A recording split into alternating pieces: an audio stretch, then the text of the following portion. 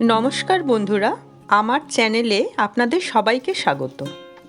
আজ নিয়ে এসেছি কম সময়ে প্রায় বিনা মশলায় রান্না করা সুস্বাদু নেনুয়ার তরকারি। তেল ভালো করে গরম হলে চিংড়ি মাছ নুন হলুদ মাখিয়ে ভাজার জন্য দিয়ে দেব। এখানে আমি 150 গ্রাম চিংড়ি মাছ মিডিয়াম সাইজের বেছে ধুয়ে নিয়েছি।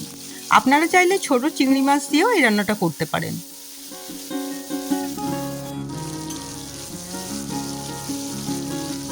কিছুক্ষণ ভাজার পর মাছে হালকা রং ধরলে মাছগুলো তুলে নেব। এই তেলে দিয়ে দিচ্ছি একটা বড় কুচনো পেঁয়াজ আর দুটো চেরা কাঁচা লঙ্কা। পেঁয়াজটা হালকা রং ধরা পর্যন্ত ভাজতে হবে।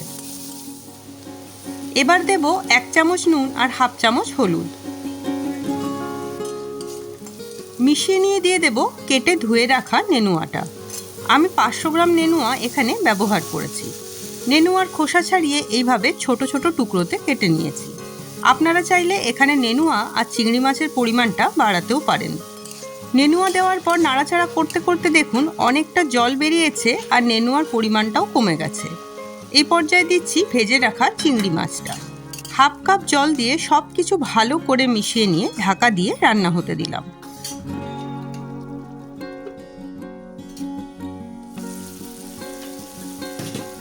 2 থেকে 3 মিনিট পর দেখুন জল প্রায় শুকিয়ে এসেছে আর নেনুয়ার তরকারিও একদম তৈরি হয়ে গেছে।